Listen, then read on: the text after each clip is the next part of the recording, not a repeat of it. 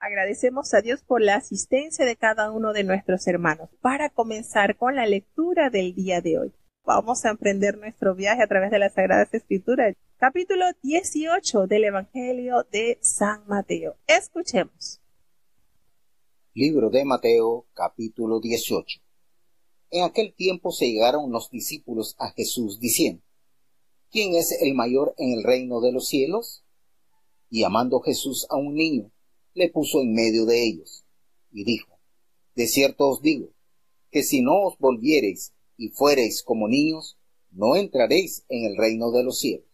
Así que, cualquiera que se humillare como este niño, este es el mayor en el reino de los cielos. Y cualquiera que recibiere a un tal niño en mi nombre, a mí recibe. Y cualquiera que escandalizare a alguno de estos pequeños que creen en mí, mejor le fuera que se le colgase al cuello una piedra de molino de asno y que se le anegase en el profundo de la mar. Ay del mundo por los escándalos, porque necesario es que vengan escándalos, mas ay de aquel hombre por el cual viene el escándalo. Por tanto, si tu mano o tu pie te fuere ocasión de caer, córtalo y échalo de ti. Mejor te es entrar cojo o manco en la vida, que teniendo dos manos o dos pies ser echado en el fuego eterno. Y si tu ojo te fuera ocasión de caer, sácalo y échalo de ti. Mejor te es entrar con un solo ojo en la vida, que teniendo dos ojos ser echado en el infierno del fuego. Mirad, no tengáis en poco a alguno de estos pequeños, porque os digo que sus ángeles en los cielos ven siempre la faz de mi Padre que está en los cielos. Porque el Hijo del Hombre ha venido para salvar lo que se había perdido. ¿Qué os parece? Si tuviese algún hombre 100 ovejas, y se descarriase una de ellas, ¿no iría por los montes, dejadas la 99, a buscar la que se había descarriado? Y si aconteciese hallarla, de cierto os digo, que más se goza de aquella que de las 99 que no se descarriaron. Así, no es la voluntad de vuestro Padre, que está en los cielos, que se pierda uno de estos pequeños. Por tanto, si tu hermano pecare contra ti, ve y redargúyele entre ti y él solo. Si te oyere, has ganado a tu hermano. Mas si no te oyere, toma aún contigo 1 o 2, para que en boca de 2 o 3 testigos conste toda palabra. Y si no oyere a ellos, dilo a la iglesia. Y si no oyere a la iglesia, tenle por étnico y publicano. De cierto os digo, que todo lo que ligareis en la tierra será ligado en el cielo, y todo lo que desatareis en la tierra será desatado en el cielo. Otra vez os digo, que si 2 de vosotros se convinieren en la tierra, de toda cosa que pidieren, les será hecho por mi Padre que está en los cielos. Porque donde están 2 o 3 congregados en mi nombre, allí estoy en medio de ellos. Entonces Pedro, llegándose a él, dijo: Señor, ¿cuántas veces perdonaré a mi hermano que pecare contra mí? ¿Hasta 7? Jesús le dice: No te digo hasta 7, mas aún hasta 70 veces 7. Por lo cual el reino de los cielos es semejante a un hombre rey que quiso hacer cuentas con sus siervos. Y comenzando a hacer cuentas, le fue presentado uno que le debía 10,000 talentos. Mas a éste, no pudiendo pagar, mandó su señor venderle, y a su mujer e hijos, con todo lo que tenía, y que se le pagase. Entonces aquel siervo postrado le adoraba diciendo: Señor, ten paciencia conmigo, y yo te lo pagaré todo. El Señor, movido a misericordia de aquel siervo, le soltó y le perdonó la deuda. Y saliendo aquel siervo, halló a uno de sus consiervos que le debía 100 denarios, y trabando de él, le ahogaba diciendo: Págame lo que debes. Entonces su consiervo, postrándose a sus pies, le rogaba diciendo: Ten paciencia conmigo, y yo te lo pagaré todo. Mas él no quiso, sino fue, y le echó en la cárcel hasta que pagase la deuda. Y viendo sus consiervos lo que pasaba, se entristecieron mucho, y viniendo, declararon a su señor todo lo que había pasado. Entonces, llamándole su señor, le dice: Siervo malvado, toda aquella deuda te perdoné, porque me rogaste.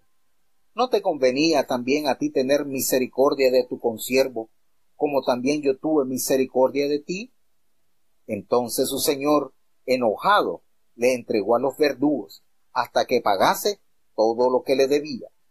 Así también hará con vosotros mi Padre Celestial, si no perdonareis de vuestros corazones cada uno a su hermano sus ofensas.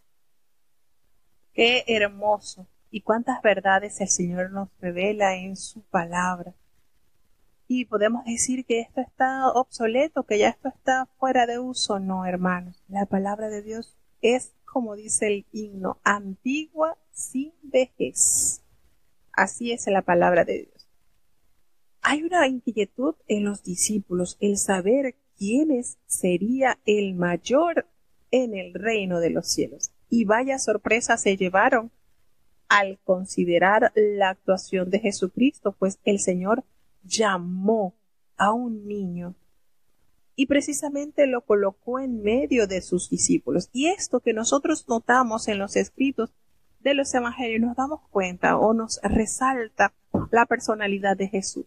Hermanos, si hay algo que atrae a los niños es un carácter dulce, afable, cariñoso, y precisamente Jesús tenía todos estos ingredientes. Y fíjense que no es que salió a buscar un niño, estaban en torno de él, porque Jesús no era un gruñón con los niños que le molestaba que estuviesen cerca, no. Eso nos da a entender, a resaltar esa personalidad preciosa de nuestro divino Maestro. Y él toma a este niño y lo coloca allí en el medio y le revela esta gran verdad a sus discípulos. Y es una gran enseñanza que hasta nuestros días debe ser comprendida. Si no os volvéis y os hacéis como niños, no entraréis en el reino de los cielos. Fíjense esto, el nivel al cual debemos llegar. ¿Y cómo es posible esto? Bueno, recordemos la conversación que Jesucristo tuvo con Nicodemo. Es necesario que nosotros volvamos a nacer, que en nosotros es ese nuevo nacimiento, esa nueva criatura, y convertidos en el Señor, como niños, amemos y dependamos enteramente de Él. Y usted analiza esto, porque el Señor demanda que nosotros debemos volvernos como niños y hacer como ellos, porque de otra manera no aplicamos para ser parte de los que heredarán el reino de los cielos. Hermanos, un niño tiene la dependencia total, absoluta de sus tutores, de sus padres por lo general. Nosotros, si realmente como elevamos a Dios diariamente nuestra plegaria al decirle Padre nuestro, somos sus hijos, necesitamos depender enteramente de Él. Y esto implica que el niño no escoge qué comer, el niño no escoge qué vestir, el niño no escoge a dónde ir. Su padre, que es el tutor, el mentor, el que está completamente comprometido a formar de su hijo un hombre, una mujer de bien, va a prepararle y a darle, a proveerle el alimento más sano, va a vestirlo de acuerdo a las necesidades. No es que lo va en pleno tiempo de verano, lo va a dejar con un short y una franelilla, no. Todo esto implica que está asistido enteramente a sus padres. Usted no va a notar que haya un niño que se levante en la madrugada preocupado porque no tiene zapatos que usar o porque carece de ropa que vestir. No, los niños no sufren de insomnios. ¿Y saben por qué?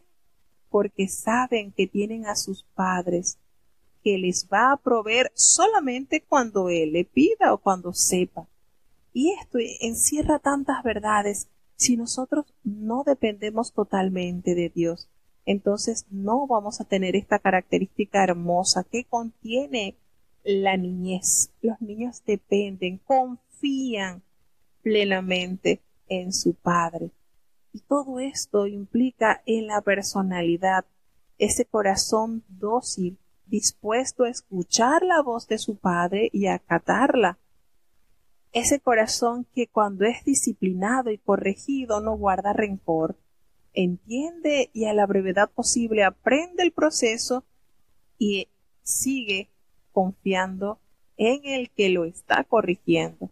Entonces esto abarca muchos aspectos de la vida, de lo que es en realidad la niñez. ¿Cómo nosotros entonces, ya siendo viejos, el Señor nos pide que seamos como niños? Claro que sí, necesitamos enteramente confiar en Él, depender de Él, que sea Él el que nos ministre, el que nos vista, el que nos indique lo que debemos comer, cómo debemos. Todo, hermano, esto es una formación enteramente, para que entonces usted, pues cuando ora, sencillamente está aplicando esa verdad. Padre nuestro, yo soy tu niño, soy tu niña, soy tu hijo, el cual ha entendido que mi vida depende solamente de ti. Por tal motivo debemos estar tan conscientes que el Señor le dice: cualquiera que se humille, así como este niño, ese va a ser el mayor en el reino de los cielos. Cualquiera que está allí rebajadito, cualquiera que está allí desprovista de toda arrogancia, de toda autoexaltación. Alguien, por supuesto, ese que se somete totalmente a hacer la voluntad de Dios. Y ser como un niño es algo necesario, completamente necesario. Volvemos y recordamos, hermanos, esto aplica a que no es con nuestra capacidad, es con la dependencia del Señor. Necesitamos estar reconociendo que no somos autosuficientes. No somos autosuficientes. Un niño no agarra y hace la cartilla y le dice: bueno, mamá, de desayuno quiero un helado de chocolate y un dulce de vainilla. No. Sabe que lo que le va a proveer el padre para alimentarse es lo que realmente necesita para su crecimiento y su sana salud. Entonces, hay muchas cosas que el Señor nos revela a través de estas verdades. Qué necesario es estar enteramente como niños que Dios toma de la mano y los guía por el sendero de justicia. Y más aún, el Señor afirma: cualquiera que reciba en mi nombre a un niño como este, a mí me recibe. Si nosotros somos niños, esos de Dios, y somos portadores del mensaje del Señor, y somos recibidos, pues está recibiendo a un embajador del reino. Y así lo confirma el Señor: al que recibiera a uno de estos niños en mi nombre, a uno de mis discípulos de estos, a mí también me recibe. Por supuesto, pues pasamos a ser embajadores del reino. Pero también hay advertencias severas que debemos prestar mucha atención. Cualquiera que haga tropezar a alguno de estos pequeños que creen en mí, ay, mejor le fuera que se colgase al cuello una piedra de molino de asno y que se hundiese en lo profundo del mar. ¿Ustedes saben lo que es esto? Cuando el Señor pronuncia este ay del mundo por los tropiezos, porque es necesario que vengan tropiezos, pero ay de aquel hombre por el que vienen los tropiezos. Mano, este ay está de mucho cuidado. Y fíjense, aquí el Señor nos revela algo que nosotros debemos tomar muy en consideración. El Señor nos pide a que nosotros seamos luz, a que nosotros ayudemos a otros a llegar al reino, no a impedirle que llegue a Dios. Muchas veces nuestras actitudes, nuestras palabras torpes, nuestros gestos inadecuados hacen que muchas almas se escandalicen. Yo recuerdo una vez que escuché un mensaje de un hermano del Espíritu Santo que decía: Los malos testimonios ahuyentan las almas. Así decía el mensaje del Espíritu Santo. Y es una verdad grandísima. Si usted no cuida su vida y se cree dueño de la viña, porque nosotros no somos dueños de la viña, somos obreros de la viña, que tendremos que darle cuenta al dueño. Y empieza y ve que el Señor tarda y empiezas a herir y a herir a sus consiervos, hay lo que viene. Y hay algo que la palabra de Dios, que Jesucristo advirtió a sus discípulos, es imposible que no vengan los escándalos. Hermanos, usted sabe que Jesucristo haya dicho esto, van a venir los escándalos, pero bienaventurados aquellos que no se escandalizan. Entonces, cuando el Señor dice esto, no quiere decir que usted ascendiendo, llegando al conocimiento de Dios y estando en torno de una comunidad cristiana, usted va a encontrar ángeles. No, usted no va a encontrar ángeles, usted va a encontrar personas imperfectas que han entendido sus imperfecciones y que están luchando para vencerlas y poder cada día afirmarse más en Dios, no con nuestras fuerzas. Entonces, cuando el Señor nos dice esto, mejor es que se colgase en el cuello una piedra de molino, es decir, mejor que se desaparezca, mejor que se desaparezca, porque el castigo que va a caer sobre esa persona que se ha dignado a desprestigiar el nombre del Señor, a escandalizar a las almas del Señor, lo que le viene es serio, hermano. Y usted dirá, no, pero yo conozco muchos ejemplos de hombres y mujeres que han hecho desastre y están en el mundo de lo más felices. Sí, pasaríamos a ser como decía el pueblo, ay, el Señor no hace ni bien ni mal, hermano. El día del juicio vendrá y cada quien el Señor le dará su recompensa. Procuremos nosotros que seamos dignos de evitar estas cosas, porque lo que viene es serio. El Señor no desestima ninguna alma. Y si usted ha sido instrumento del enemigo para escandalizar, para herir un alma, aténgase a las consecuencias. Porque mejor le fuera que usted se desapareciera. En pocas palabras, cuando le dice el Señor, mejor es que te atas en el cuello una piedra de molino y te lances a lo profundo de la mar. Porque esto es duro. Ay del mundo por los tropiezos, porque es imposible que no venga.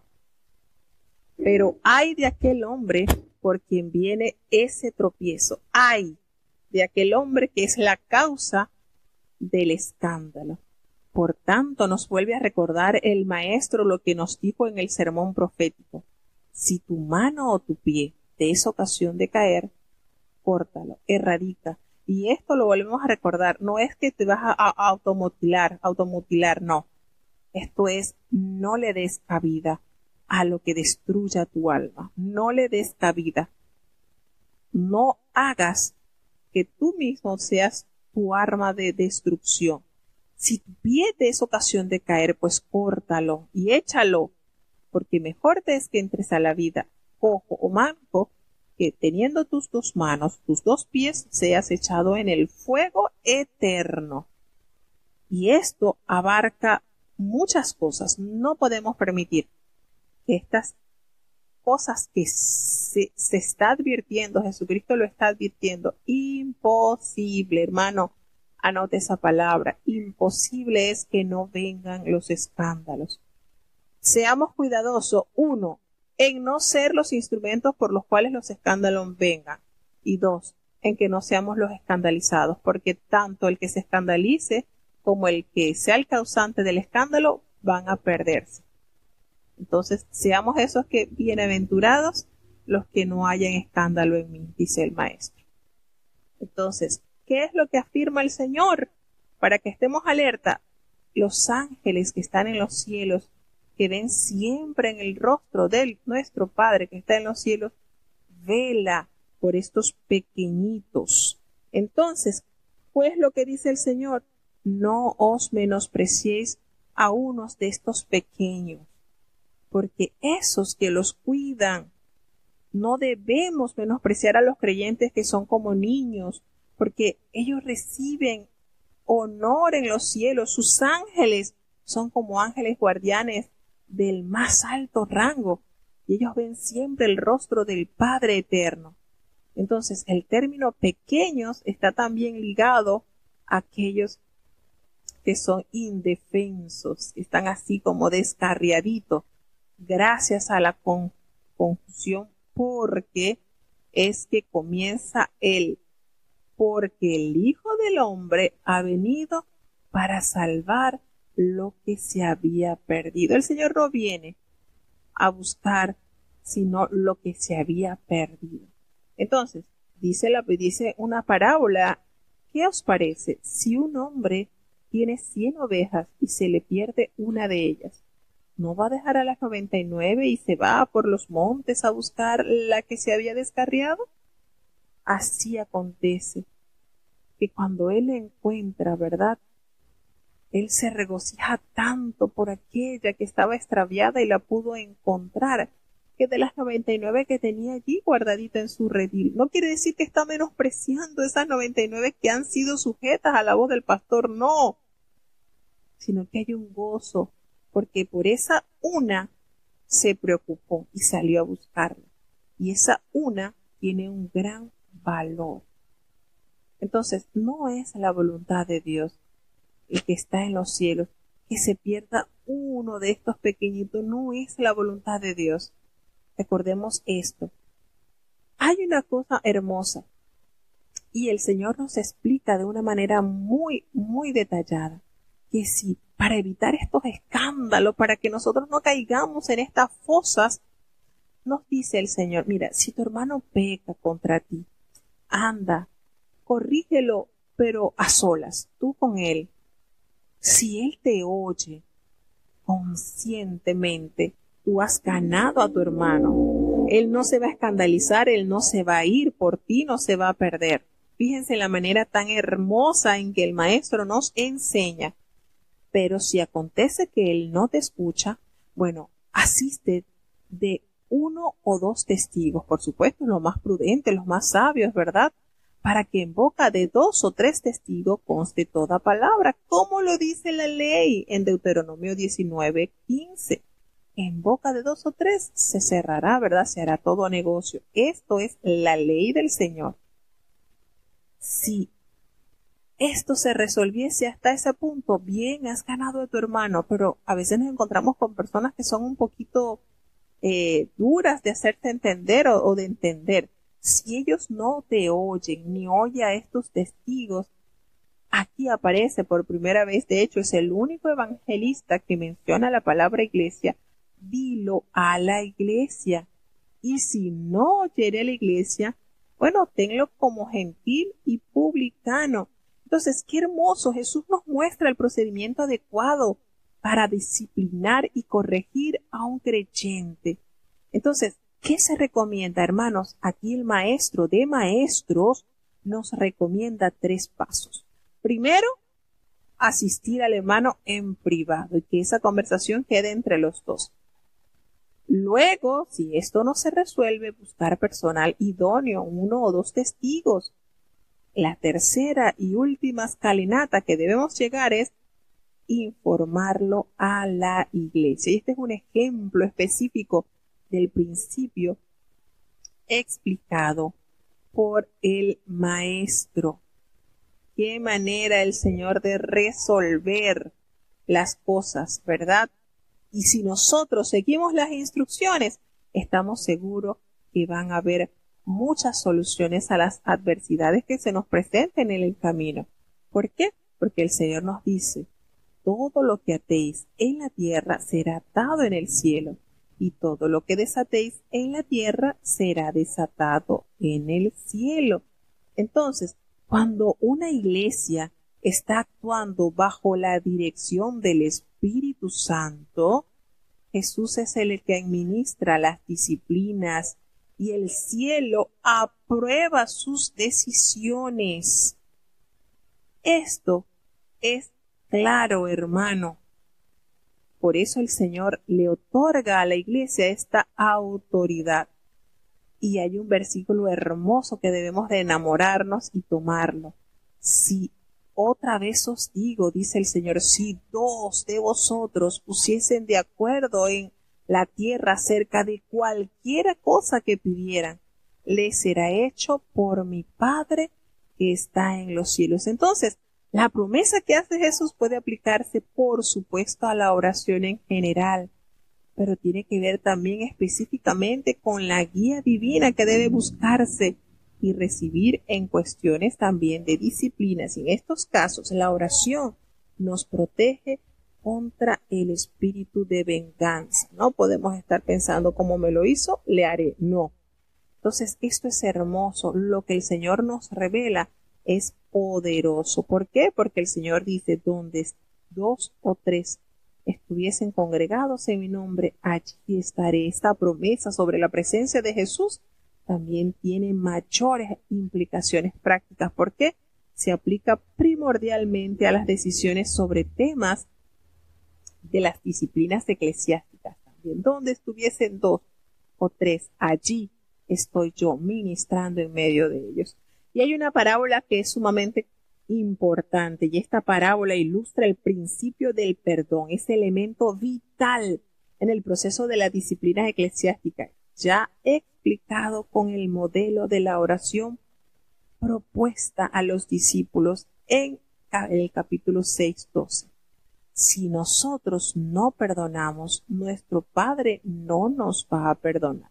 Y Dios ha perdonado, por supuesto, Dios nos ha perdonado gratuitamente nuestras deudas. Así que, de ahí que nosotros también debamos perdonar. Y fíjense la manera en que el Señor ilustra esto. El Señor se le acerca a Pedro y le dice, Señor, ¿cuántas veces debemos perdonar a nuestro hermano que peque contra mí? ¿Cuántas veces? Recordemos que él estaba hablando del perdón, porque estaba haciendo la referencia a cómo se debía tocar y resolver un problema. Si tu hermano pecaba contra ti, llámalo a él. Si no, búscate a uno o dos testigos, y si no, pues déjalo, entrégalo a la iglesia para que la iglesia tome en consideración su condición. Y si no, bueno, tenlo como publicano, tenlo como una persona que no quiere ajustarse a los deberes eclesiásticos. Y Pedro, al parecer, da una cifra exagerada. Le dice, bueno, ¿cuántas veces tú crees? Hasta 7. ¿Y cuál fue la respuesta? No te digo que hasta 7, sino aún hasta 70 veces 7. Jesús no está ofreciendo una fórmula matemática o legalista. Él alude al perdón ilimitado, perfecto. 7 implica la perfección plena en una acción. Entonces, esto, cuando el Señor lo dice, el reino de los cielos es semejante a un rey. ¿Quién es el rey? Nuestro amado Dios, que quiso hacer cuenta con sus siervos, y comenzando a hacer cuentas, le fueron traído a un hombre que debía 10,000 talentos. Y 10,000 talentos, hermano, representan la mayor suma imaginable en contraposición a aquel otro hombre que solamente tenía en su deuda 100 denarios. Talentos supera muchísimo al denario. Y resulta que cuando comenzaron a hacer cuenta, a este hombre se lo trajeron y él no pudo pagar. Y el Señor, bueno, ordenó lo que se ordena en la época. Bueno, tengo que venderte como esclavo, así como a tu mujer y a tus hijos, y todo lo que tengas, pues para que pierdas, para que yo pueda recuperar ese dinero que te presté, esa deuda que no me has pagado. Y aquel siervo, al escuchar la sentencia que había emitido el rey, se postró y le suplicó y le rogó, ten paciencia conmigo, que yo te lo voy a pagar todo. Pero aquel señor, al ver al siervo, se conmovió tanto en sus entrañas que le soltó y le exoneró la deuda. Ni siquiera le dijo, está bien, te voy a soltar y me vas pagando por cuotas. No, absolutamente libre de deuda. Esa es la labor del Señor. Pero resulta que apenas saliendo este hombre, se encontró con un hombre consiervo de él, que solamente le tenían una deuda de 100 denarios. Y este hombre comenzó a ahogarlo y a decirle: págame todo lo que me debes. Y aquel consiervo se postró allí a sus pies y comenzó a rogarle: ten paciencia, que yo te lo pagaré todo. Las mismas palabras que este hombre, que había recibido la exoneración total de su deuda, escuchó de boca de su consiervo. Las mismas palabras, nótese. Y era una deuda mínima. Pero ¿cuál fue la conducta de este hombre, que había recibido una enorme exoneración de deuda? Le dijo no. No quiso, a tal punto que lo echó en la cárcel hasta que pagase esa deuda. Cuando sus consiervos, lo que pasaba, vieron esta situación, se entristecieron tanto, porque ellos estaban anuentes de la deuda que este hombre había sido exonerado. Y le informaron a su señor de todo lo que había pasado. ¿Y qué sucedió? El rey lo mandó a llamar y le calificó su actitud como malvado. ¿Cómo es posible que yo te perdoné tanto? Porque tú me rogaste. ¿No te tocaba hacer a ti lo mismo, tener misericordia de tu consiervo, como así yo tuve misericordia de ti? ¿Qué fue la sentencia de este hombre? El Señor, molesto, enojado, lo entregó a los verdugos para que cumpliese entonces así toda la deuda que debía entonces pagar. Y el Señor hace esta ilustración queriendo nosotros que entendiéramos que estamos obligados, hermano. Esto no es opcional. Esto no es porque yo soy así, no. Todos los que hemos recibido el perdón del Señor, cuántos pecados, cuántas transgresiones, cuántas ofensas han sido borradas. Borrón y cuenta nueva hizo el Señor en nosotros. ¿Qué nos conviene entonces? Aplicar la misma. Aquello que me hacen a mí es mínimo a lo que yo le hice al Señor, cómo le ofendí. ¿Y cuál es el llamado? A la reconciliación. ¿Cuál es el llamado? A perdonar enteramente. Porque si no lo hacemos, lamentablemente, si nosotros no perdonamos de todo corazón cada uno a nuestros hermanos las ofensas, estamos metiéndonos en tremendo problema. Gran problema nos estamos metiendo. Conviene que nosotros caminemos recordando la deuda impagable que el Señor nos perdonó, para que así podamos entonces, de una manera sencilla, perdonar lo que otros quizás podríamos decirlo, lo hayan hecho con sentido de maldad o quizás sin querer hayan causado en nuestras vidas. Necesitamos, hermanos, y este es un tema sumamente duro, porque no es fácil. Para nosotros decimos, no es fácil perdonar, pero no es imposible, porque el ejemplo perfecto nos lo ha dado nuestro Padre Celestial. Entonces, es necesario, no es una opción, no es que, bueno, yo voy a... No, porque lo que me ha hecho esta no tiene perdón.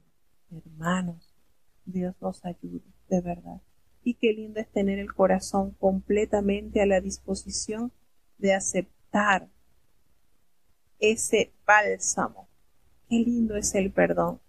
Tanto el que perdona como el que recibe el perdón. Es maravilloso. Así que bueno, necesitamos recordar esta hermosa verdad. Libro de Mateo, capítulo 19. Y aconteció que acabando Jesús estas palabras, se pasó de Galilea, y vino a los términos de Judea, pasando el Jordán. Y le siguieron muchas gentes, y los sanó allí. Entonces se llegaron a él los fariseos tentándole y diciéndole: ¿Es lícito al hombre repudiar a su mujer por cualquiera causa? Y él respondiendo les dijo: ¿No habéis leído que el que los hizo al principio, macho y hembra los hizo, y dijo: Por tanto el hombre dejará padre y madre, y se unirá a su mujer, y serán dos en una carne? Así que no son ya más dos, sino una carne. Por tanto, lo que Dios juntó, no lo aparte el hombre. Dícenle: ¿por qué pues Moisés mandó dar carta de divorcio y repudiarla? Díceles: por la dureza de vuestro corazón. Moisés os permitió repudiar a vuestras mujeres, mas al principio no fue así. Y yo os digo que cualquiera que repudiare a su mujer, si no fuere por causa de fornicación, y se casare con otra, adultera, y el que se casare con la repudiada, adultera. Dícenle sus discípulos: si así es la condición del hombre con su mujer, no conviene casarse.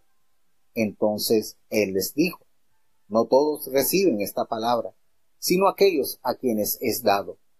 Porque hay eunucos que nacieron así del vientre de su madre, y hay eunucos que son hechos eunucos por los hombres, y hay eunucos que se hicieron a sí mismos eunucos por causa del reino de los cielos. El que pueda ser capaz de eso, séalo. Entonces le fueron presentados unos niños, para que pusiesen las manos sobre ellos y orase. Y los discípulos les riñeron.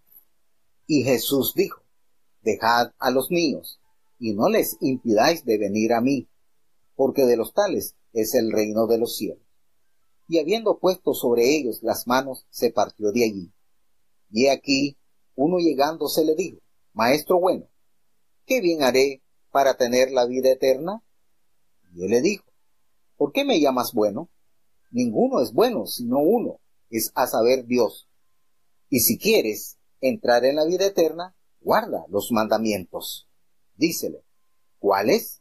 Y Jesús dijo: no matarás, no adulterarás, no hurtarás, no dirás falso testimonio, honra a tu padre y a tu madre, y amarás a tu prójimo como a ti mismo.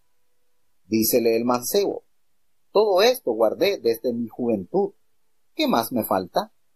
Dícele Jesús: si quieres ser perfecto, anda, vende lo que tienes, y dalo a los pobres, y tendrás tesoro en el cielo, y ven, sígueme. Y oyendo el mancebo esta palabra, se fue triste, porque tenía muchas posesiones. Entonces Jesús dijo a sus discípulos: de cierto os digo, que un rico difícilmente entrará en el reino de los cielos. Mas os digo que más liviano trabajo es pasar un camello por el ojo de una aguja que entrar un rico en el reino de Dios. Mas sus discípulos, oyendo estas cosas, se espantaron en gran manera, diciendo: ¿quién pues podrá ser salvo?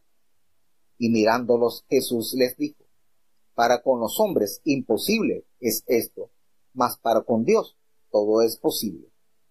Entonces respondiendo Pedro le dijo: he aquí, nosotros hemos dejado todo, y te hemos seguido. ¿Qué pues tendremos?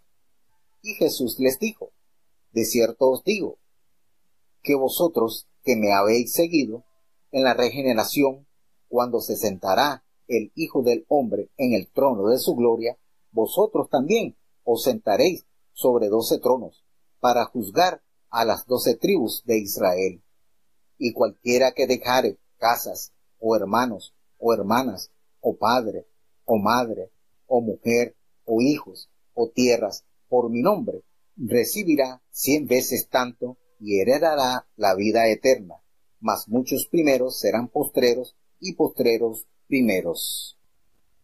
Bueno, tenemos este hermoso capítulo 19, donde comienza a detallarnos sobre el matrimonio y el divorcio, y un tema bastante controversial, ¿verdad?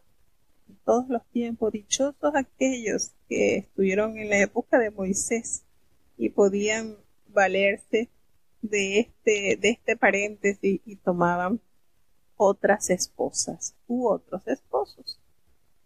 Sin embargo, Jesús toma en consideración esto y aclara el plan de Dios desde el principio. Cuando Jesús terminó de expresar sobre el perdón, y fíjense cómo hay unión en esto, porque si hay alguien que recibe heridas, es una esposa o un esposo. Y esto es duro.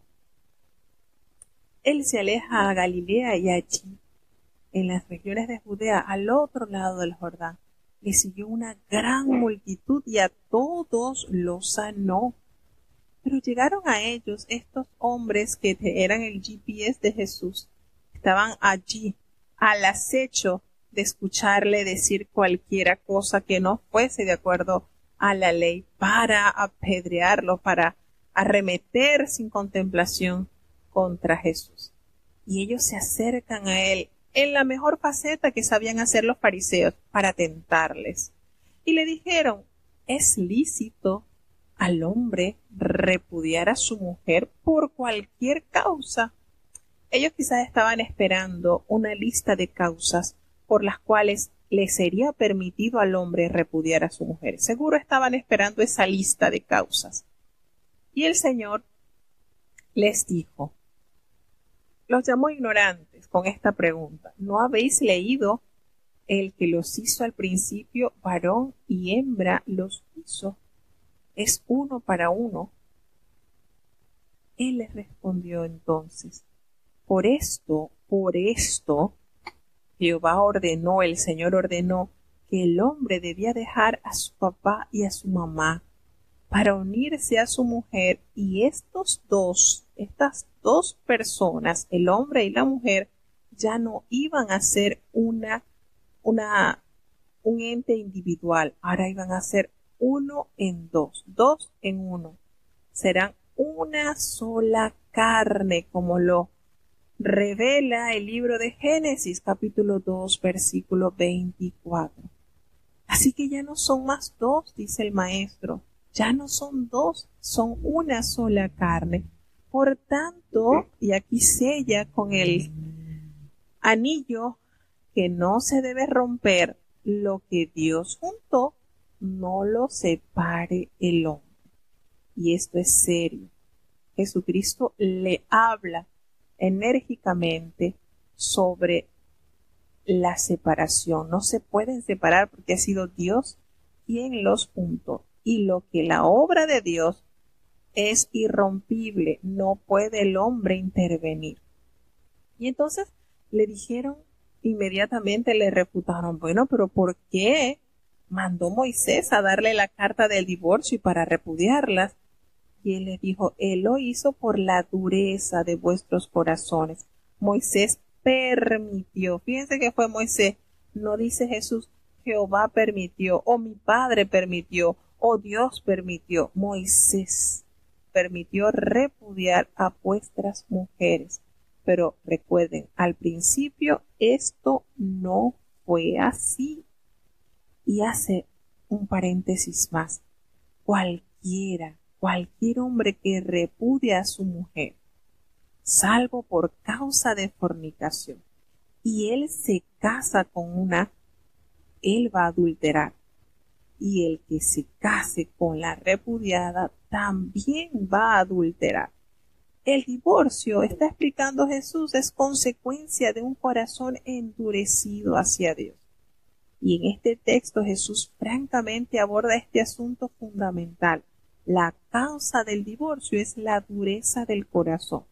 Y detrás de cada matrimonio roto hay un corazón endurecido contra Dios y después endurecido contra el compañero, contra su cónyuge. Desde el principio mismo, la intención de Dios en lo que concierne al matrimonio fue que el matrimonio sea para toda la vida. Teniendo en cuenta esto, pues los creyentes debieran tener sumo cuidado al escoger al compañero o a la compañera para la vida.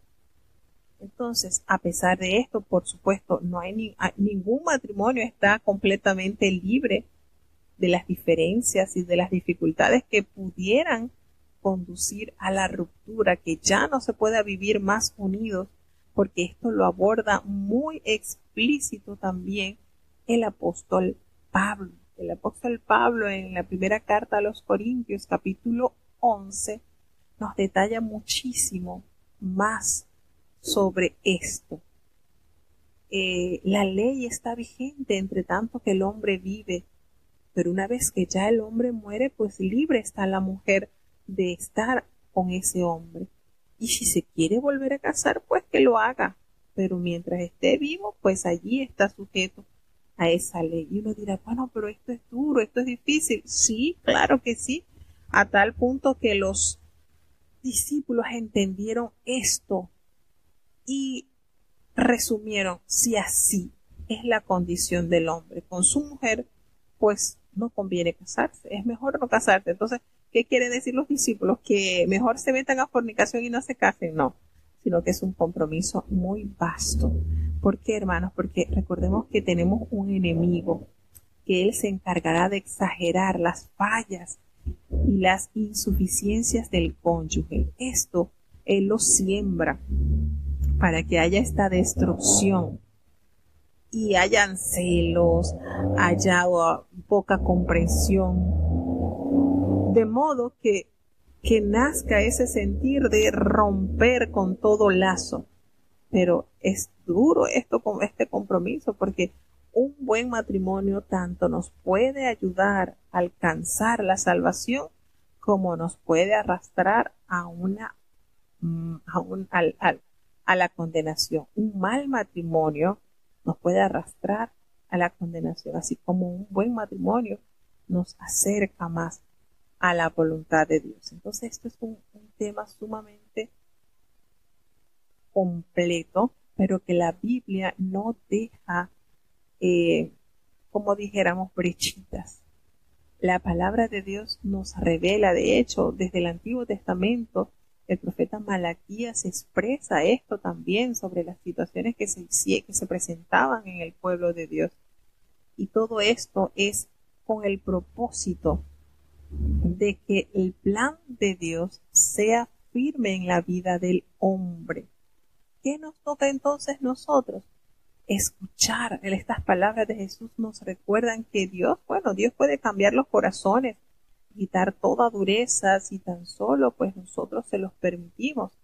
Es duro. Volvemos y recordamos, nosotros no tenemos la autoridad para escoger nuestros padres o nuestros hijos, pero sí nuestro cónyuge, nuestra pareja de vida, sí nos permite Dios diligentemente preparar en oración, preparar que sea Dios quien indique cuál será nuestro compañero o nuestra compañera en el caso de los hombres. Y Jesús le habla más sobre esto porque le dice, miren, no todos son capaces de recibir esto, no todos.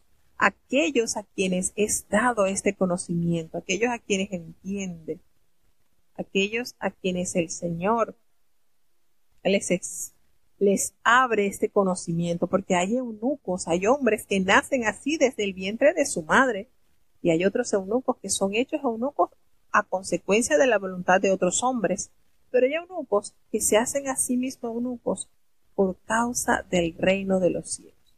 Así que el que sea capaz de entender esto, de recibir esto que el Señor nos da, que lo reciba. Esto es para meditar.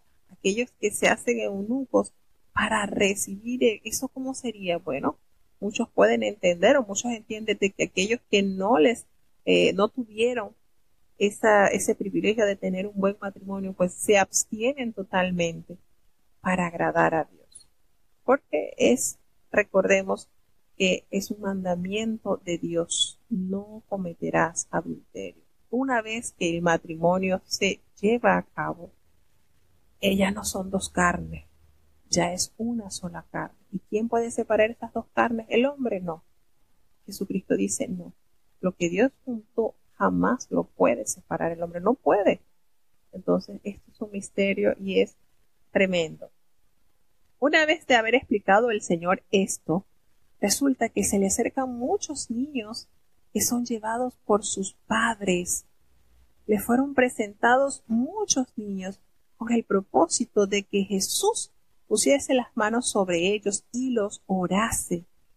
Y qué lindo este accionar de estos padres que, reconociendo que había algo hermoso en Jesús, procuraron que sus hijos recibiesen ese toque, esa bendición. Y siempre me he preguntado, ¿qué sería de los niños que Jesús oró?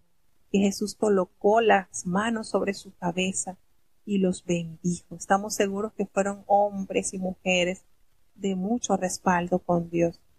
Y esto no fue agradable a los ojos de los discípulos. Y por supuesto el Señor les reprende. Y le dice, no, dejen a los niños que vengan a mí. Porque precisamente ellos son los herederos del reino. No se lo impidáis. No le impidáis que ellos se acerquen a mí. Fíjense cómo el Señor, volvemos y recalcamos la personalidad de Jesús. Una personalidad dulce, tierna, en los cuales los niños podían tranquilamente estar. ¿Y qué hizo Jesús? Una vez que corrige esta actitud de los discípulos, por eso yo me baso en decir que los discípulos de Cristo querían tener a Jesucristo blindado, como que si fuese el político de la época en que nadie lo abordara. Lo querían tener blindado. Y el Señor los reprende y le dice, no, déjenlos. Y no hubo un niño que se le acercara a Jesús, que fuese llevado por sus padres para que el Señor pusiese sus manos sobre él y lo orara, que el Señor no lo hiciera. Porque el Señor, la palabra de Dios nos dice que habiendo puesto el Señor sobre ellos las manos, se fue de allí, los atendió. El Señor atendió a cada niño para posar sobre ellos, orarlos y bendecirlos.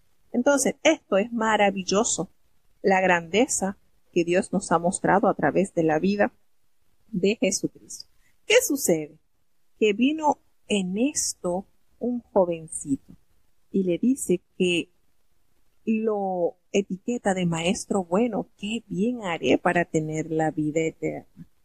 Y por supuesto, la pregunta que revela este hombre, él creía que la vida eterna se podía ganar.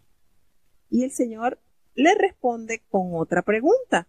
¿Por qué tú me llamas bueno? ¿Por qué dices que yo soy bueno? No hay nadie que sea bueno, sino uno, y es Dios. Pero a este joven, por supuesto, no pudo identificar a Dios. No pudo identificar a Dios. Entonces, ellos agarraron, ¿verdad? El Señor agarró allí, el maestro no pudo, este joven no pudo identificar que Jesús es Dios, que Jesús es Dios. Y el Señor le dice, mira, si tú quieres entrar en la vida, guarda los mandamientos. Fíjense, si tú quieres entrar en la vida, guarda los mandamientos. Cuando nosotros nos apegamos a la palabra de Dios, esto genera en nosotros vida. Y él le pregunta cuáles, y él empieza a enumerar. No matarás, no adulterarás, no hurtarás, no dirás falso testimonio. Aquí nombra los mandamientos del 6 para abajo. Y también le menciona el quinto, honra a tu padre y a tu madre. Y en resumen, él está la parte donde está dirigido de amarás a tu prójimo como a ti mismo, que precisamente están englobados desde el mandamiento quinto hacia abajo, están enfocados en el prójimo, ¿verdad? Y el joven contento entendió que él estaba listo porque ya él había entendido estos mandamientos y ya desde jovencito, así que listo. ¿Qué más me falta? Y si este muchacho se hubiese quedado calladito y no le hubiese preguntado más nada a Jesús, dice, Señor, ya yo guardé todo esto, así que estoy contigo. Pero ¿por qué pregunto? ¿Qué más me falta? ¿Por qué había un vacío en el corazón de este joven? Jesús le dice, sí, tú los has guardado. ¿Quieres llegar al punto de la perfección? Está bien. Anda, despójate de lo que tienes y tráelo a los pobres y sabes que tendrás mucho tesoro en los cielos. Y ven, conviértete fielmente entonces en uno de mis discípulos. Pero cuando el joven escuchó esta demanda, eso era lo que le faltaba, despojarse del ídolo que eran las riquezas, por supuesto quebrantando el primer mandamiento. precisamente al escuchar esta palabra, fue tanto la tristeza que llegó, que se fue, porque eran tantas las riquezas que tenía que no estaba dispuesta a despojarse de su Dios, Mamón. Y el Señor le dice, mira, se dirige a sus discípulos y dice, miren, es difícil que entre un rico en el reino de los cielos. Y ellos no entienden, porque prácticamente, ¿por qué eso? No entiende. Los discípulos se sorprenden porque precisamente una de las características supuestamente poseer riqueza era una evidencia del favor de Dios. Entonces Jesús demuestra que esto es una falacia de este punto de vista, afirmando que por el contrario, el ser rico podía ser un obstáculo para ello. ¿Por qué? Porque podías caer en la idolatría hacia el dinero. Y el Señor le dice, miren, es más fácil pasar un camello por el ojo de una aguja que entrar un rico en el reino de los cielos, en el reino de Dios. Entonces va expresando esto, cómo pone en evidencia pues lo difícil, el trabajo que será. Entonces quiere decir que los ricos no se salvan. Claro que los ricos se salvan, por supuesto. Claro que sí. Entonces el Señor explica que es necesario tener en primicia hacer la voluntad de Dios, no confiar enteramente en las riquezas como pasó con este muchacho. Y cuando el Señor le explica esto, por supuesto los discípulos quedaron sorprendidos, quedaron escandalizados, le dijeron, Señor, si así es esto, entonces ¿quién va a poder ser salvo? Porque tu pueblo goza de riqueza, por decirle así, hay tantos que tienen dinero. Y el Señor le dice, miren, lo que para ustedes es imposible, para Dios todo es posible. Entonces el Señor les dice que no debían estar confiados en el dinero, no debe ser eso el fundamento de tu confianza. Entonces son los ricos no se pierden, no. La palabra de Dios nos enseña, y de hecho el apóstol Pablo también nos hace referencia a que mande a los ricos que no sean altaneros, que no sean orgullosos, que no crean, no, sino que sean humildes, sencillos. Si el tener riqueza fuera pecado, entonces José de Arimatea, que era un hombre rico, no hubiese participado en tan importante evento en la sepultura de Jesucristo. Entonces no hay que confundir esto.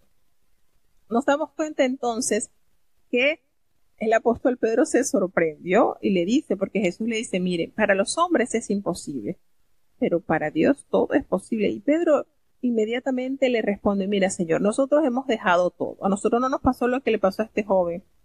Ellos dejaron su barco, dejaron su trabajo, dejaron todo. Y nosotros te hemos seguido. ¿Y qué vamos a tener entonces? Y Jesús le dice, miren, esta generación, os digo que en la generación, en la regeneración, cuando el Hijo del Hombre se siente en el trono de su gloria, ustedes, los que me han seguido, ustedes también se van a sentar sobre 12 tronos para juzgar a las 12 tribus de Israel. Entonces, el Señor le promete a los discípulos, se generaliza para incluir, por supuesto, también a todos los seguidores.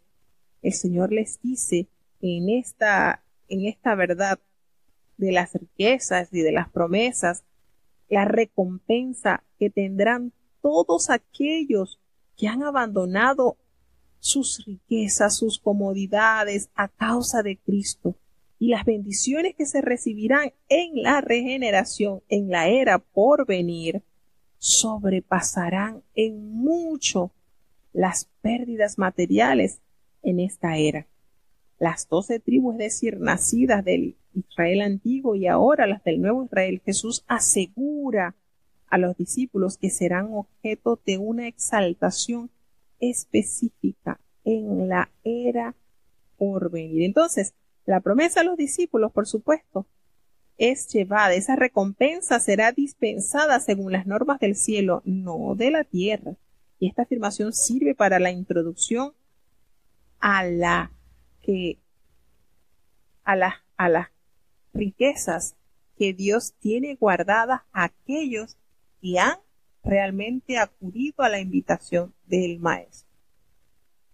Esto nos da a entender, hermanos, que muchas son las bendiciones que acumulan los que confiadamente han creído a las promesas del Señor. Haceos tesoros en el cielo, dijo Jesucristo, donde orín ni hollín llega, ni el ladrón mina, no hurta allí, porque donde está nuestro tesoro, allí está nuestro corazón.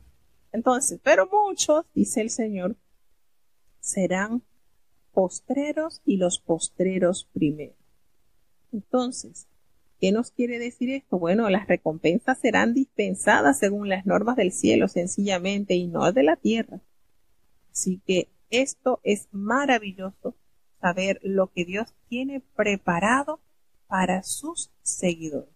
Y claro está, aquí no lo dice, pero en la palabra del Señor, hay otro versículo, dice el Señor también afirma que aquí nos dice también, aquí el Señor nos afirma también ganancias en la tierra, porque dice cualquiera que haya dejado casas, o hermanos, o hermanas, padre o madre, o mujer, o hijos, o tierras, por mi nombre, el Señor también en su amor les asiste cuando dice recibirán 100 veces más y heredarán la vida eterna. ¿Por qué? Porque cuando nosotros aceptamos el plan de Dios, el Señor nos da hermanos, nos da hermanas, y esto se hace en notorio la abundancia de bendiciones también que Dios nos da, como podríamos decir, como un anticipo a lo que el Señor nos otorgará en la eternidad. Seguimos avanzando hacia el capítulo 20 del libro de San Mateo. Libro de Mateo, capítulo 20. Porque el reino de los cielos es semejante a un hombre, padre de familia, que salió por la mañana a ajustar obreros para su viña. Y habiéndose concertado con los obreros en un denario al día, los envió a su viña. Y saliendo cerca de la hora de las 3, vio otros que estaban en la plaza ociosos. Y les dijo, id también vosotros a mi viña, y os daré lo que fuere justo. Y ellos fueron. Salió otra vez cerca de las horas 6ª y 9ª, e hizo lo mismo. Y saliendo cerca de la hora 11ª, halló otros que estaban ociosos, y díceles, ¿por qué estáis aquí todo el día ociosos? Dícenle, porque nadie nos ha ajustado. Díceles, id también vosotros a la viña, y recibiréis lo que fuere justo. Y cuando fue la tarde del día, el señor de la viña dijo a su mayordomo, llama a los obreros, y págales el jornal, comenzando desde los postreros hasta los primeros.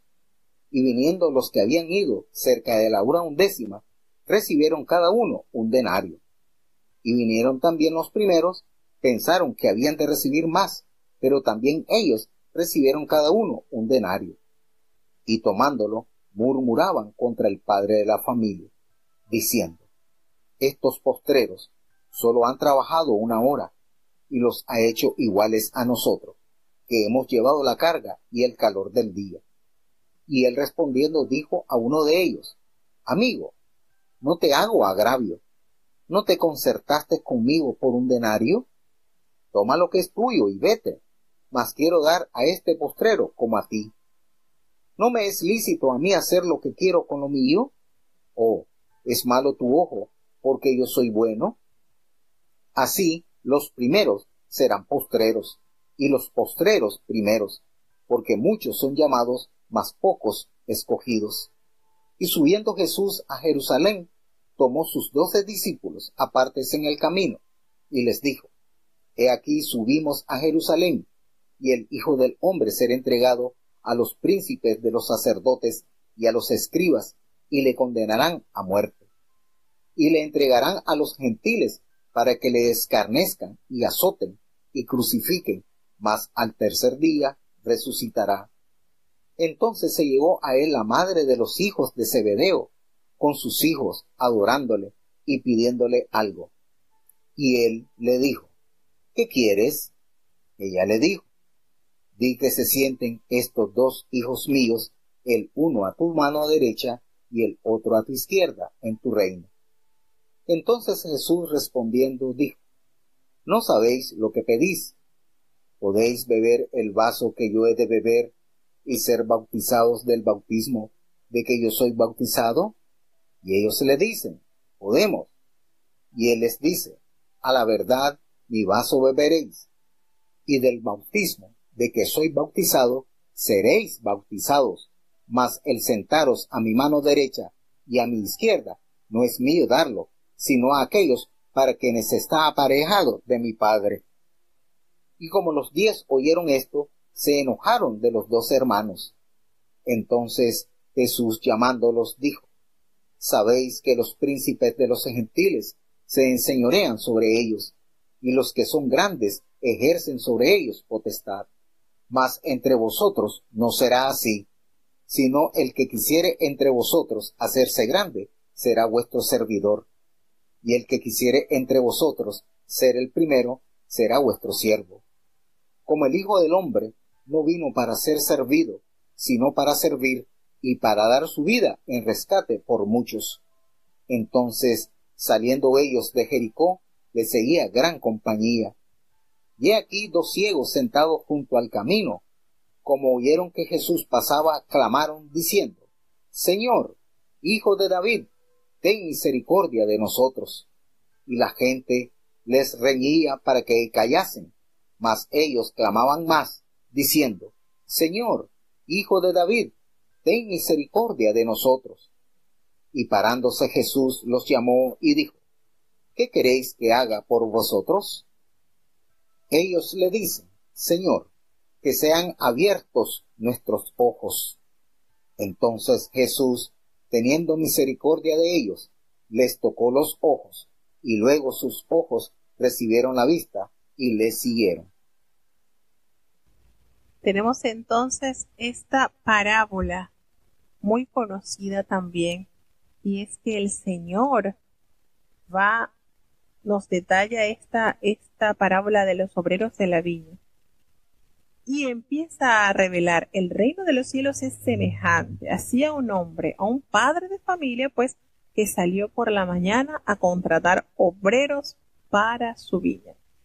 Y comienza a confirmar, pues, que vino con los obreros, había convenido con los obreros en pagarle un denario, que precisamente era el pago del jornal, era lo que equivalía a la jornada entera de trabajo. Y así hizo.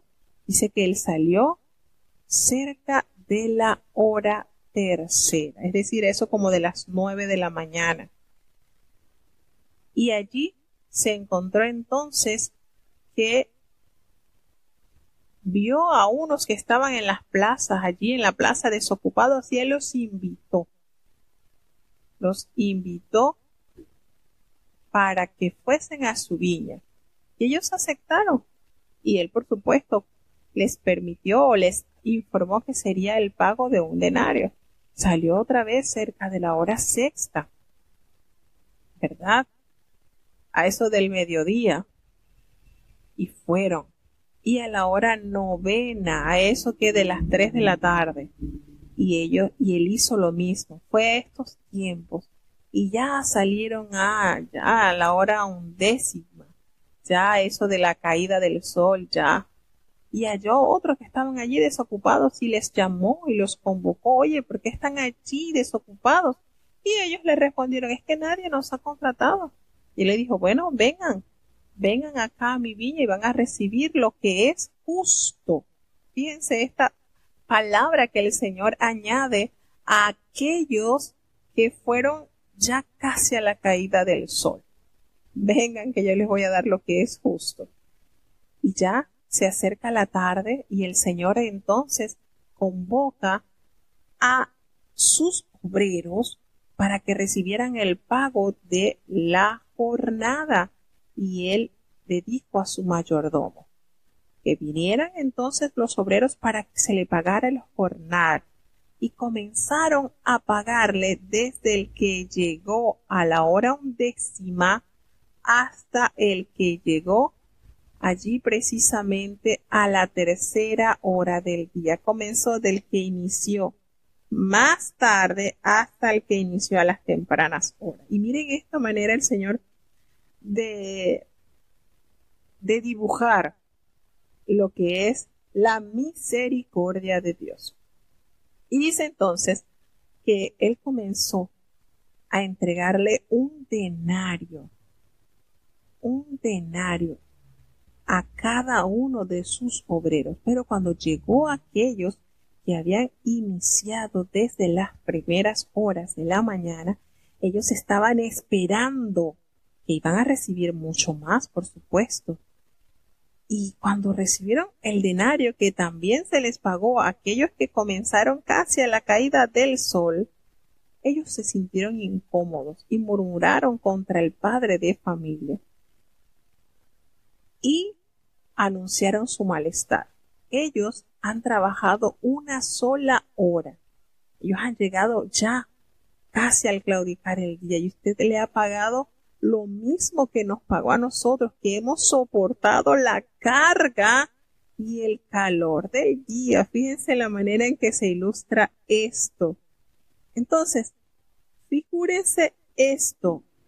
Cuando el Señor ilustra esto, hay tanto que sacarle a esta enseñanza, hermanos. El Señor nos ha invitado a su viña y muchos han comenzado acá, quizás desde sus pocas edades, podríamos decir. Podríamos inclinarlos a aquellos que llegaron, que nacieron acá y que no han saboreado mundo, han estado enteramente trabajando en la viña del Señor.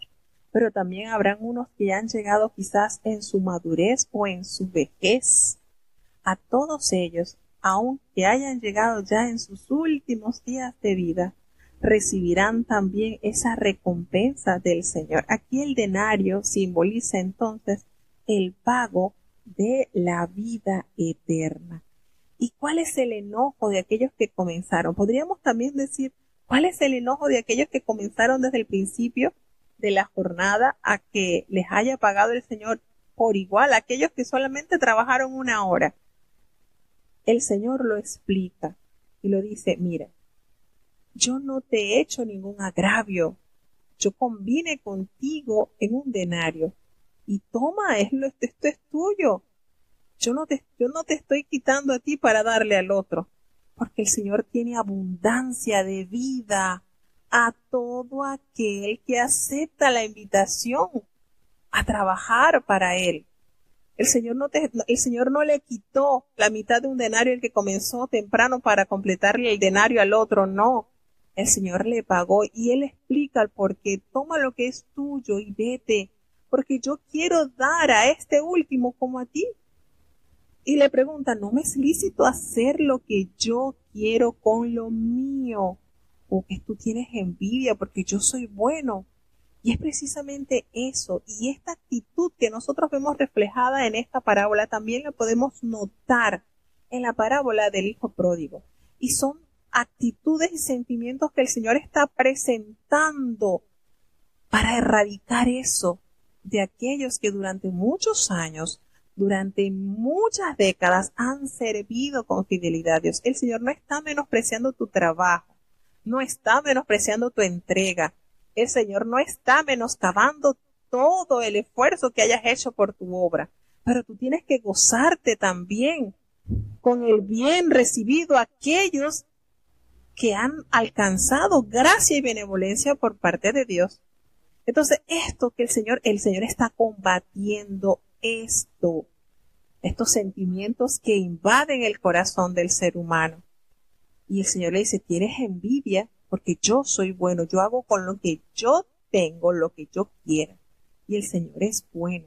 Miren, hermano, aquí puede llegar un hombre ya en sus últimos días ya es un condenado a muerte, que ya faltando un mes entiende el plan de salvación, se bautiza, el Señor lo perdona y tiene promesa de salvación.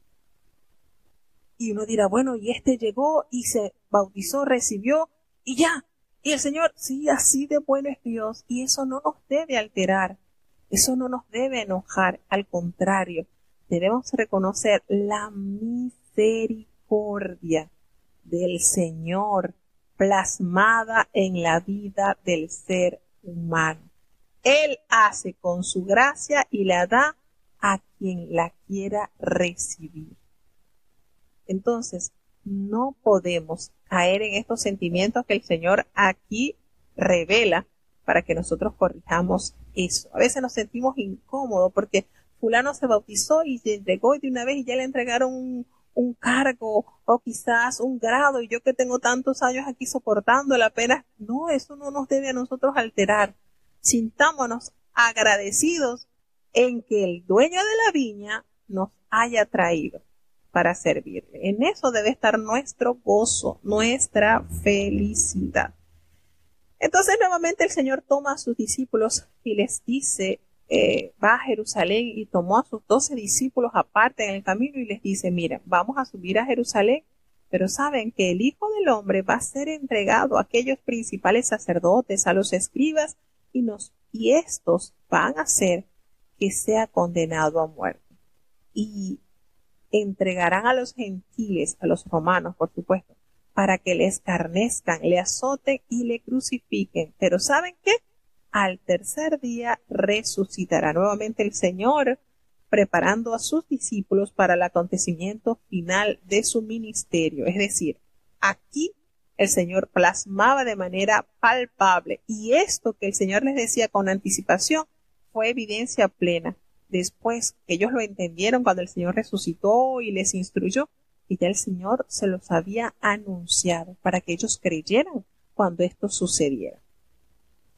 Y aquí hay algo que me llama la atención, porque en el Evangelio de San Mateo me dice que vino la mamá de los hijos de Zebedeo a pedirle al Señor un favor. Ella llega y se postra ante la presencia de Jesús.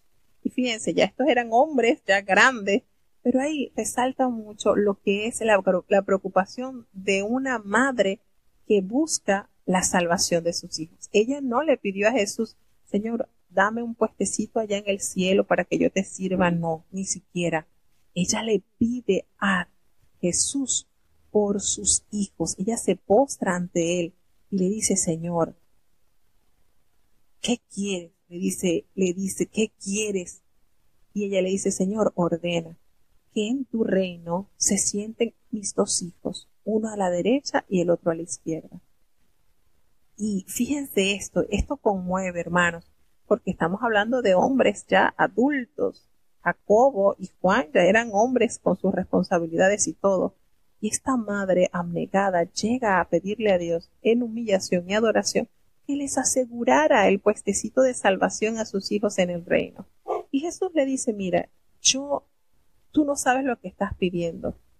No sabes, porque ustedes pueden beber del vaso que yo voy a beber y ser bautizados con el bautismo que yo soy bautizado. Y ellos respondieron unánimes, podemos. Él le dice, miren, en realidad ustedes van a tomar van a beber del vaso que yo voy a beber, y con el bautismo con que yo soy bautizado, ustedes también van a ser bautizados. Pero el que se sienten a mi derecha y a mi izquierda, eso no está en mí. Eso es dado a aquellos a quienes el Señor, mi Padre, lo ha preparado. Y esto, por supuesto, causó malestar en los 10 discípulos. Se enojaron contra estos hermanos. ¿Y por qué digo que es un poquito? Porque el Evangelio de San Marcos nos detalla este hecho, pero no diciendo que fue la mamá de Juan y Jacobo, sino ellos. Es decir, Juan y Jacobo se acercaron a Jesús y le dijeron, Señor, permite que nosotros nos sentemos el uno a la derecha y el otro a la izquierda. Entonces, esto lo detalla Marcos en el capítulo 10, versículo 35, cuando Jacobo y Juan, los hijos de Zebedeo, se le acercaron diciendo, Maestro, queríamos que nos hagas lo que pidiéramos. Y él les dice, ¿qué quieres que haga? Y ellos le dijeron, concédenos que en tu gloria nos sentemos el uno a tu derecha y el otro a la izquierda. Entonces aquí hay diferencia. En el Evangelio según San Marcos nos aseveran que fueron ellos dos, y en el de San Mateo nos dicen que fue su mamá. Y yo digo, bueno, ¿cómo sería entonces la situación? ¿Sería que ellos le pidieron al Señor que les hiciera que les concediera esa petición? ¿O cómo sería? El asunto está en que Marcos lo detalla siendo los protagonistas de esa petición Juan y Jacobo, mientras que Mateo lo detalla en que fue su mamá la que le pidió a Jesús que les concediera estar allí en el reino, uno a la derecha y el otro a la izquierda. Así que así nos detalla la palabra. Y él les dice, bueno, cuando los discípulos se enojaron con él, le dice, mire, los gobernadores y de las naciones se enseñorean de aquellos, los grandes ejercen sobre ellos esa potestad. Es decir, aquellos grandes son servidos, pero si ustedes quieren ser grandes en mi reino, ese que desee ser el grande va a ser su servidor. Y Jesucristo nos dio ejemplo pleno de esa verdad del reino. Porque el que quiera ser el primero entre vosotros será vuestro siervo. Así dase la referencia como el Hijo del Hombre no vino para ser servido, sino para servir y para dar su vida en rescate por muchos. ¿Qué les parece esto muchos? ¿Estaremos nosotros incluidos en estos muchos? Entonces, es una verdad revelada. ¿Tú quieres ser grande? ¿Cuál es la grandeza? ¿Cuál es el principio de la grandeza? Entregarnos a servir. Llegan entonces al salir ellos de allí de Jericó, les seguía una gran multitud y acontece que hay 2 ciegos que están sentados junto al camino. Y al oír este acontecimiento, pues era notorio, comienzan ellos a dar voces y a gritar, Jesús, Hijo de David, ten misericordia de nosotros. Y hubo una cantidad de personas que comenzaron a gritarles a ellos que callasen, pero lejos ellos de quedarse callados, comenzaron a gritar más. ¿Y saben por qué? Porque las oportunidades no se pueden rechazar. De repente esto hubiese apocado la fe de ellos, ¿verdad? Ay, me estoy molestando, mejor me callo y espero en otra oportunidad que Jesús vuelva a pasar. No, al contrario, elevaron más esa voz y comenzaron a gritar y a decir, Señor, ten misericordia de nosotros, a tal punto que Jesús se detuvo y los llamó. ¿Y cuánta verdad nos enseña este milagro, hermanos? No debemos permitir que otras voces nos callen, porque el Señor está presto a detenerse y a permitir que nosotros pidamos con solicitud la necesidad. Y el Señor se detiene y los mandó a llamar. Y les pregunta, díganme, ¿qué quieren que yo les haga? ¿Qué quieren? Y allí inmediatamente ellos manifiestan, Señor, que sean abiertos nuestros ojos. Y cuánto amor y cuánta misericordia mostrada por el Hijo de Dios cuando se compadeció, le tocó sus ojitos y enseguida ellos recibieron la vista y le siguieron al Señor. Entonces, esto que está pasando con estos ciegos nos debe a nosotros dar ánimo, aunque veamos que la multitud de problemas nos quiere silenciar. No dejemos de clamar, porque el Señor en su amor, en su compasión, nos llegará entonces a decir, ¿qué quieres? Dime. Y entonces le detallaremos, Señor, quiero esto. Y en su amor y en su misericordia, el Señor nos va a recompensar nuestra persistencia, nuestra insistencia con mucha fe. Así que nos da mucho que aprender de estos acontecimientos que nos narra el evangelista Mateo. Así que bueno, llegamos hasta el final del capítulo 20.